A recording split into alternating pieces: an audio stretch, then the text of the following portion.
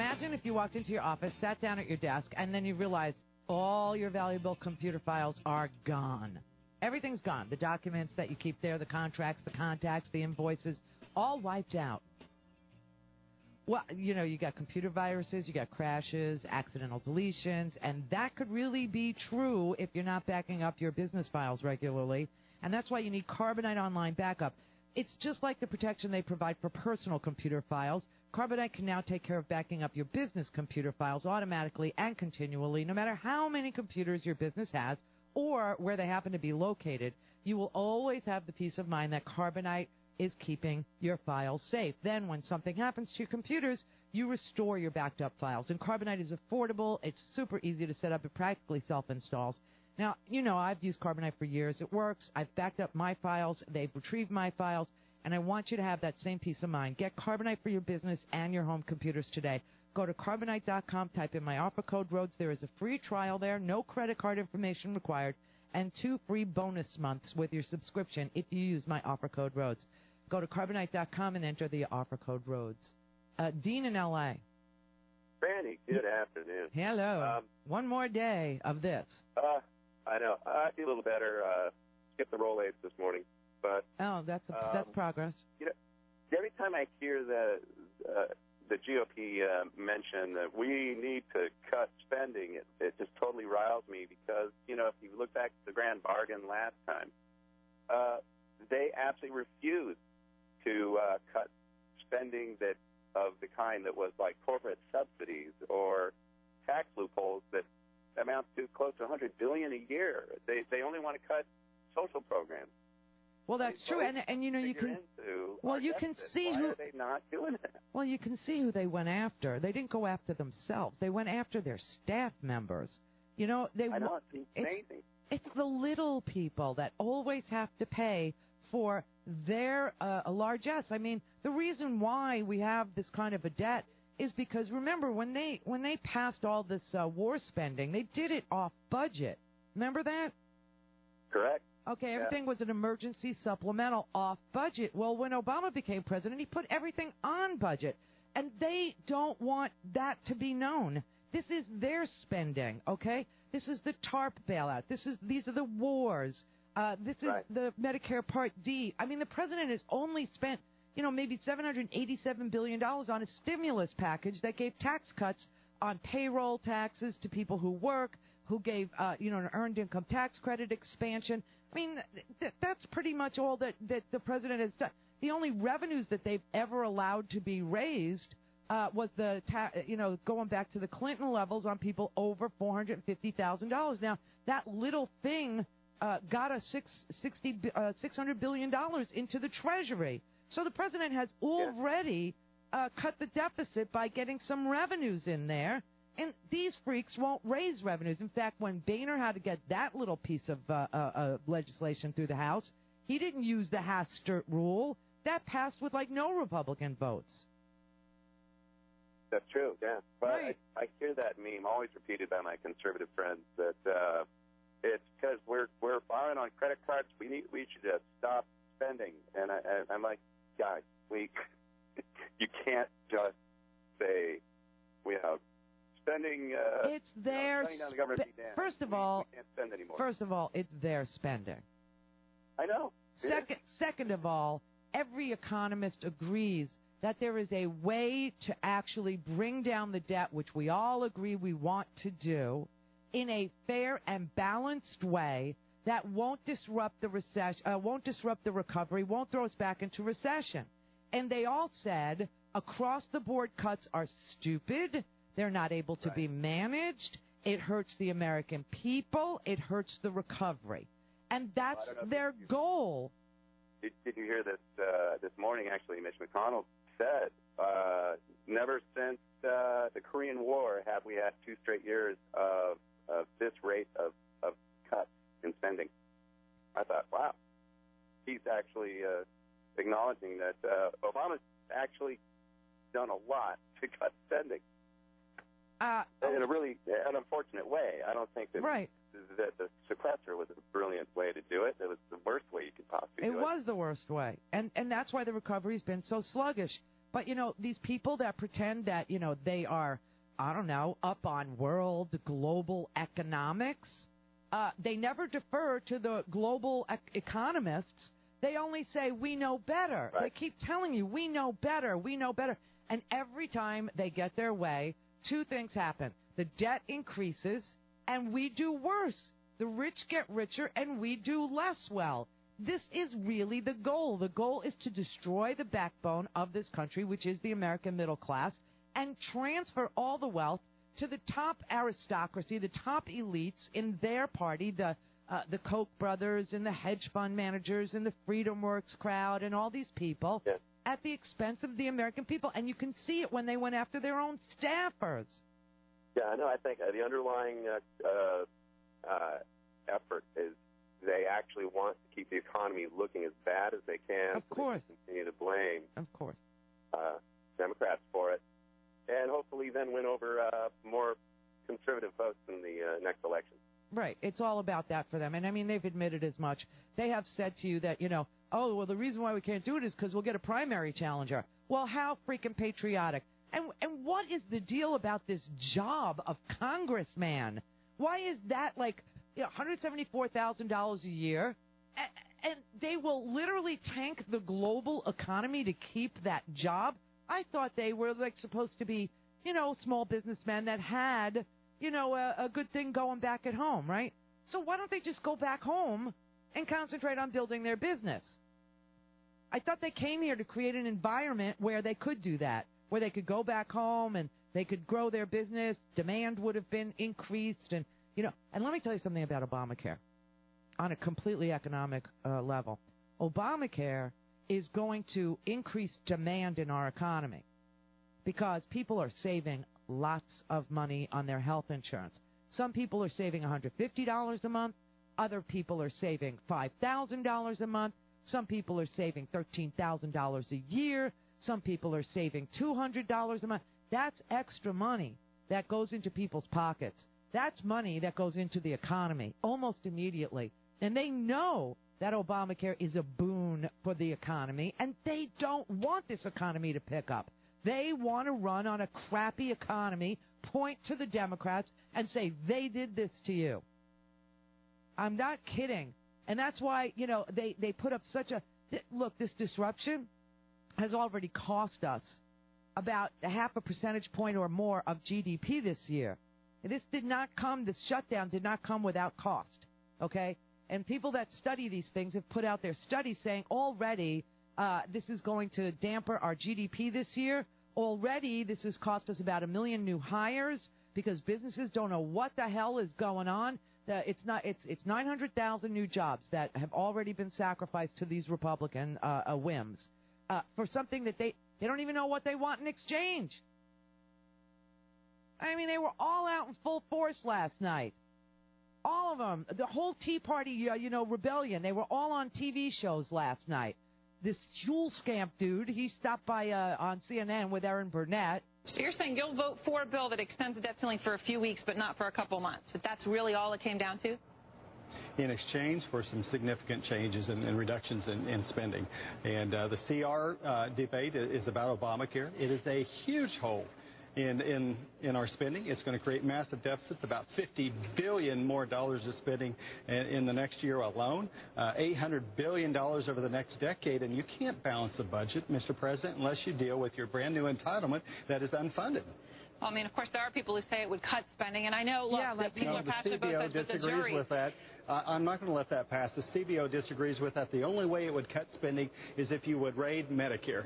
The President and Harry Reid and the House are not going to raid Medicare, which means the budget deficits over those 10 years will be increased $800 billion because of Obamacare. That's a fact. Let's not let the President try to cloud that issue. But you would be willing to make cuts, I want to make it clear, to those entitlements, things like Medicare. That's what you're asking for. We have had those votes. I've had those votes on numerous things. Yes, I will. We have to make some changes now in order to start looking to balance our budget. Again, the debt ceiling is not the problem. The problem is the spending that continues to attempt to exceed our ability to borrow. At the end of the day, folks, not only in America, but around the world, should be worried about an out-of-control too much spending going on in Washington. And again, that didn't start yesterday. It didn't start 5 years ago. It's been going on for decades. Now it's time to solve that problem instead of pushing it off till February. You know, it would be really nice if this guy knew what he was talking about. First of all, the CBO projects that Obamacare will generate about $1 trillion in revenues, and the outlay for Obamacare is a lot less than that. So it actually subtracts from the debt. Okay? It actually subtracts. It's actually a boon for deficit hawks and debt watchers. It saves us money. We are spending 17% of our GDP on health care and still not getting full coverage. And that's why it's such a big economic issue. Number two, people that save money on their health insurance are actually going to have more money in their pocket, and that helps the economy. Number three, he talks about $50 billion in outlays this year. Well, this shutdown of his has already cost us $20 billion.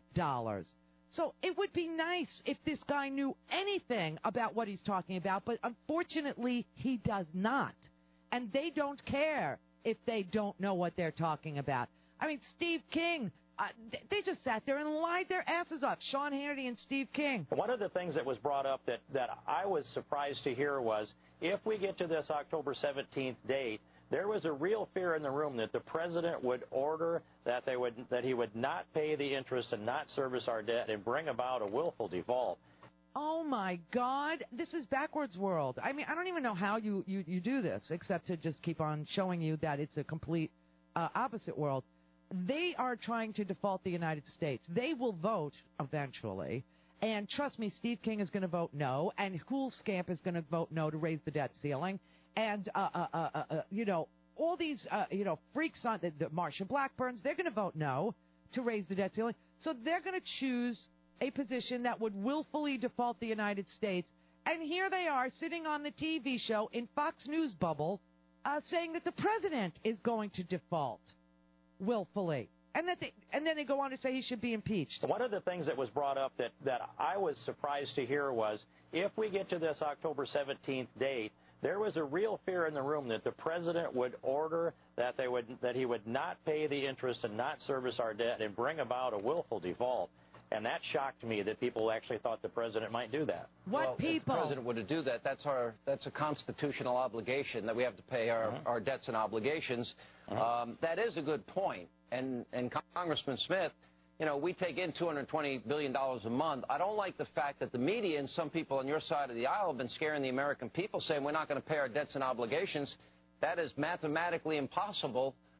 These people they're out of their freaking minds. We've got an $80 billion day coming, October 23rd and November 1st, those 2 days alone. What the hell are they? And then he sits there and he says, there's a constitutional obligation to pay the debts and obligations of the United States. And these freaks that he's talking to are the ones who have the constitutional obligation. It is Congress that has that constitutional obligation to pay our debt and obligations. And they've already willfully defaulted on a good chunk of our obligations because we have obligated ourselves to pay people on a certain date, a certain amount, to do a certain job. And we haven't paid certain people on a certain date the amount we agreed to do a certain job. So they've already defaulted us in the eyes of people that have mortgages and car payments and work for the federal government at NOAA and NASA. I heard NASA astronauts, literally commanders of space shuttles, they just went and applied for unemployment benefits. They've already defaulted on their obligations. And they're sitting there trying to, the president's the one that's doing... I mean, I don't know how in the world these people are serving. I don't know what the remedy is to get them out of there. I don't know why the propaganda machine is... Listen, I know there are laws about propaganda within the United States, and why this crap isn't considered propaganda within the United States, I don't know. I don't know what's going to take. But somebody's got to get dead serious about this stuff. Because I've said for the longest time, this makes the U.S. a dangerous place. And the whole world thinks that we are a danger to them now, economically. The whole freaking world. 48 after. Randy Rhodes. Fearless. Honest. Real. This is The Randy Rhoads Show. You're listening to the new AM 540 KRXA.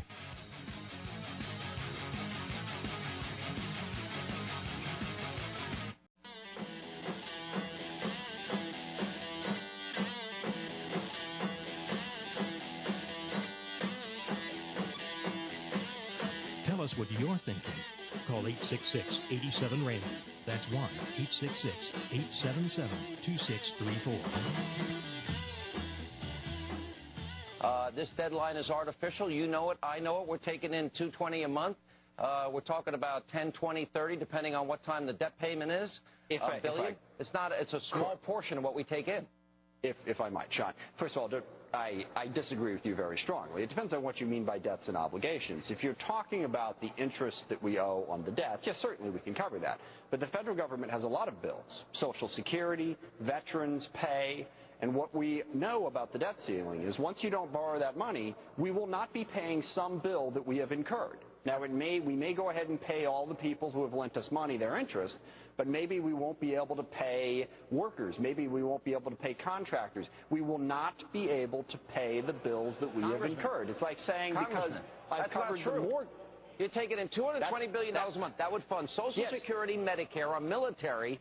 It will not fund everything that the federal government. It will not fund everything that the federal government does. No, it wouldn't. That's why there's a ceiling. Yeah, you guys would have to cut back. No, it wouldn't. Exactly. I agree. It wouldn't. But we would not give up our debts and obligations. Congressman King, you settled the dispute. What do you mean? What do you mean by the word obligation? Well, it means. These people, I swear to God, it's like banging your head again. I mean, they just facts just bounce off of them. It is the weirdest. I mean, you just sit there and you explain to them, there's no way we can cover everything. And in fact, when you look at it, what we would have to cut is about 30%, 32%, the real number, of our spending. 32% of our spending in the middle of a recovery when we have less than 3% growth. 30%. So does that mean that you cut the Social Security payments? Does that mean you cut the veterans' benefits? Does that mean you cut the military pay? What does that mean? What does it mean? The payment on the debt is $6 billion. That's what the interest payment is. $6 billion. Okay? And so their math is they are just so, I don't know what's wrong with them.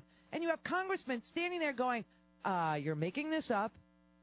We would have to cut about 32% across the board. What is it that you don't understand about the word obligation? What is it that you don't understand? And Steve King, he goes to Steve King. He's now, a global economist. He's the go-to guy on global economics. What if I accepted your premise? What if we accepted the idea that this Congress, this elected 113th Congress, has a duty and an obligation to fund everything that's been passed by previous Congresses and also raise the debt ceiling whenever we hit the top of that? If you go on like that and you have the most leftist president we've ever had in history, and we see trillion-dollar deficits as far as the eye can see, at what point then do we look back in history and say, those guys and gals failed us? They should have held the line. They should have been willing to face the president shutting the government down, and they should have made an issue about the debt ceiling so that we could reform entitlement. Well, that's really the fact. That's an interesting question, because most Congresses deal with it by working through a budget process, passing legislation to reduce spending, to not listen to only the hardliners. And I'm sorry, I don't mean this as an insult, but you're a hardliner in the Republican Congress. And listening, you went to that dinner last night, which, it's your right to do. You can go have dinner with whoever you want. But reports today, there was a secret dinner with Ted Cruz, and you were plotting your strategy to hold the line, on keeping the government shut down so that you can defund Obamacare. Now, we're more than 2 weeks into this. Have you learned nothing? I mean, what have you gained? And I want to move the debt ceiling, and I want to do it prudently. And I offered Donna this proposal the last time we had this conversation. You were at the table, Stephanie. And it's this. Why don't we then if you love Obamacare so much, just take it all. We'll give you all of it. Minus the waivers, minus the unconstitutional changes, all of that, and sunset Obamacare then in January 15th of 2015. Sunset Obamacare. You know, these maniacs are literally, they're crazy. They don't even know what they're saying. Take all of it, but we'll sunset it.